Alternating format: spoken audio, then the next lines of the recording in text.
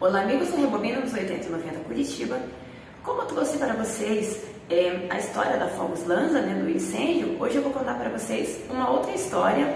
Ela é um pouquinho anterior, Ela, beirando já os anos 80, aconteceu em 1976, que foi a explosão no bairro Cabral.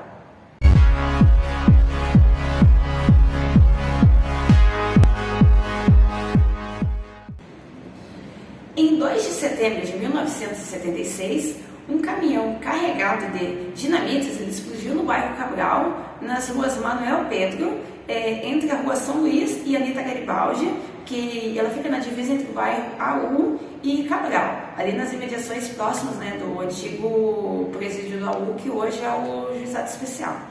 Essa explosão, ela atingiu cerca de 10 casas, despedaçou os vidros da fábrica de bolachas Lucina, que funcionava na época.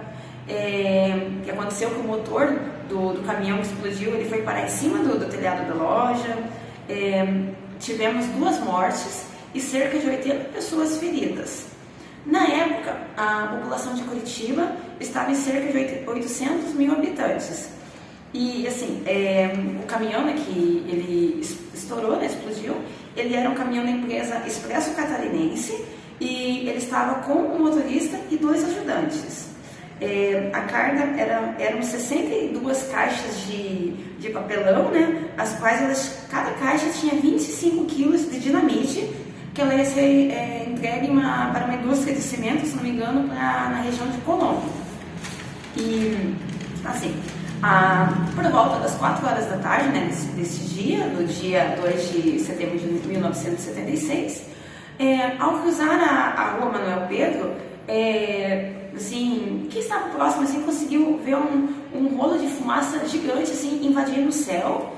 E um dos funcionários do caminhão, ele percebeu que a parte de baixo, a carroceria, ela estava tomada por chamas e avisou os seus colegas, porque não era para acontecer isso, em tese.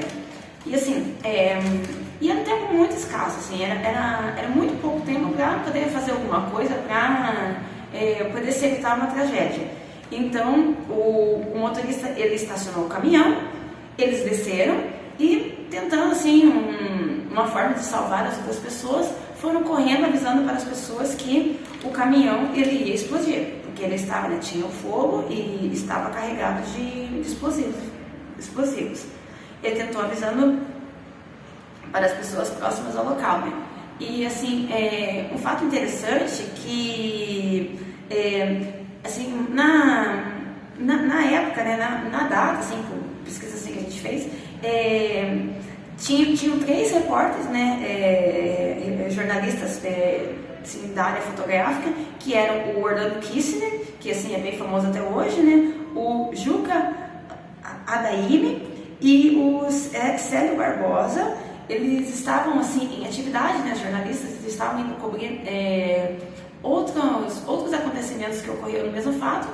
E por uma casualidade do destino, eles estavam próximos ao local e foram os primeiros que cobriram o que aconteceu, a explosão e tudo antes mesmo de iniciar o fato, E a explosão, então, ela aconteceu às 4 horas e 20 minutos da tarde e explodiu, a rua foi tomada por fogo, destroços, muita destruição, fumaça, causou um impacto que deu para se perceber até cerca de 8 quilômetros de distância. Então, para vocês terem uma ideia da proporção do ocorrido,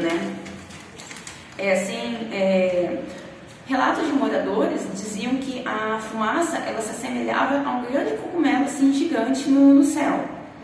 E infelizmente, a curiosidade sobre o ocorrido, sobre a explosão, era maior que o medo. Então, muitas pessoas, queriam sondar, queriam ver o que estava acontecendo. Foi veiculado em mídia nacional, em diversos jornais, televisão. E também cerca de 10 mil telefones da antiga Telepar foram atingidos por essa explosão, foram comprometidos. Então, a gente vê, 800 mil habitantes, 10 mil linhas telefônicas, então foi um impacto muito significativo, Assim, as investigações, então, sobre o ocorrido apontaram que o caminhão utilizado ele não estava em condições apropriadas para o transporte de cargas explosivas. E também foi apontado que junto das dinamites estavam sendo transportados 600 quilos de cola, que é um material que se torna mais perigoso, né, em virtude do transporte da carga, né, com o aquecimento, então poderia ter contribuído para a tragédia, né. E a disputa judicial tramitou por muitos anos e inicialmente o motorista do caminhão e outros dois funcionários, né, eles foram processados por homicídio e lesão. E assim, no início dos anos 90, a gente vê como levou, né, como foi um processo extenso e demorado, o acidente em 1976 e a sentença, assim, a conclusão do caso, 1990, né, início dos anos 90. Então, a empresa catarinense, né, Expresso Catarinense, ela foi declarada culpada e condenada a indenizar, né, assim, famílias, indenizar também, assim, pessoas que tiveram danos ocorridos também, né. Mais uma informação assim importante, uma curiosidade na verdade, né? Tinha um motorista e os dois ajudantes. Eu vou colocar aqui para vocês o nome bem certinho, que um dos três agora, né, dos três ocupantes, ele escapou da tragédia, ele escapou ileso, assim, teve ferimentos assim tal, mas assim, ele escapou com vida, mas ele acabou falecendo, acho que menos de um ano depois ele acabou falecendo em virtude de um acidente de moto. E também a outra vítima, uma vítima fatal, ele era funcionário, né, no antigo presídio do AU e foi uma grande comoção assim, entre os funcionários e os internos, né, por conta que era uma pessoa muito, muito respeitada, né, assim, foi atingida pelos destroços da explosão. E assim, eu vou deixar aqui para vocês então aqui também aqui na descrição do vídeo, né, que assim, das informações, né, nossa maior fonte de pesquisa aqui nesse nosso vídeo foi o livro Dinamite, uma tragédia em Curitiba, que é um e-book da Ana Carolina Azevedo. É um livro bem legal, bem interessante, assim, tem um download gratuito e assim, conta toda a história com uma riqueza de detalhes, as famílias envolvidas e vários personagens envolvidos. Foi uma pesquisa bem interessante, então, e foi bem fundamental assim para a gente fazer a pesquisa do nosso vídeo, tá? Então é isso, pessoal. Essa então foi a história da explosão no bairro Cabral.